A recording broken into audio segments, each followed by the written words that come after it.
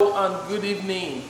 This is your brother and your friend again, and I'm coming your way this week with the WeekWord. I know you've been following the trend, following our discussion, and I know it's been blessing you. In the month of July, we began to talk about faith, and we continued on that trend of discussion, or that trend of thought, even to this month of August.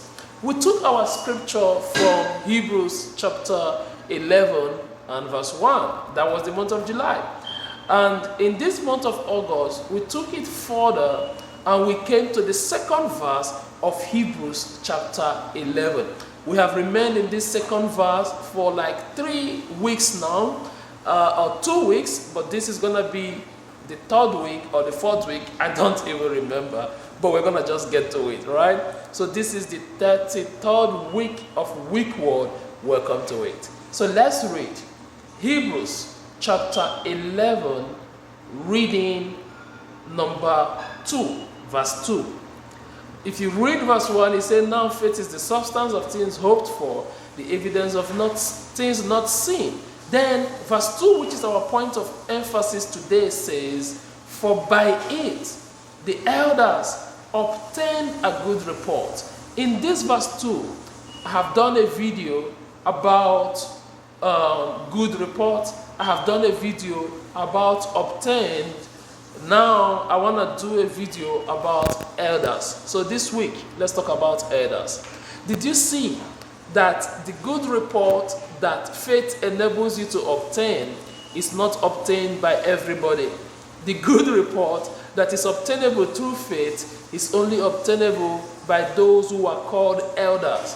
And when you continue reading the book of Hebrews chapter 11, you will see a list of people mentioned, and all of those lists of people mentioned Abraham, very many lists. I don't want to go into the temptation of calling all the names.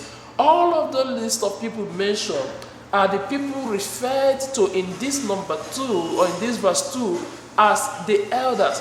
By it, the elders obtained a good testimony. By it, the elders obtain a good testimony.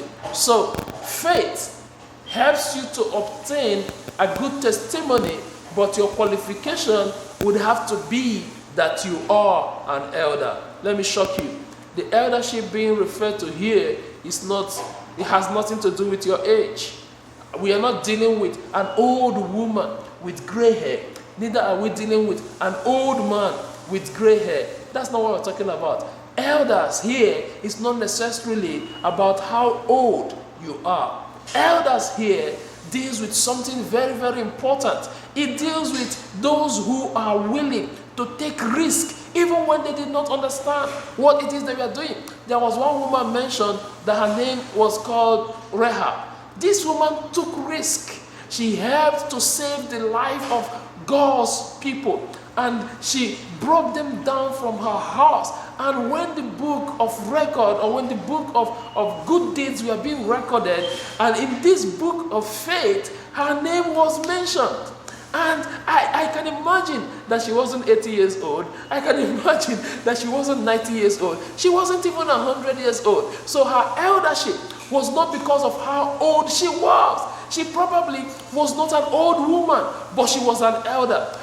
She was an elder because she took risk. Eldership is not about your age. Eldership is your ability to take risk. Ability to do something that came to your heart by the prompting of divinity, which will turn your story around and bring you into the book of records of those that made things to matter. Listen to me. Life is passing, and it's passing you by. If you are not taking risk, you will not be listed as an elder. If you are not taking risk, you cannot obtain.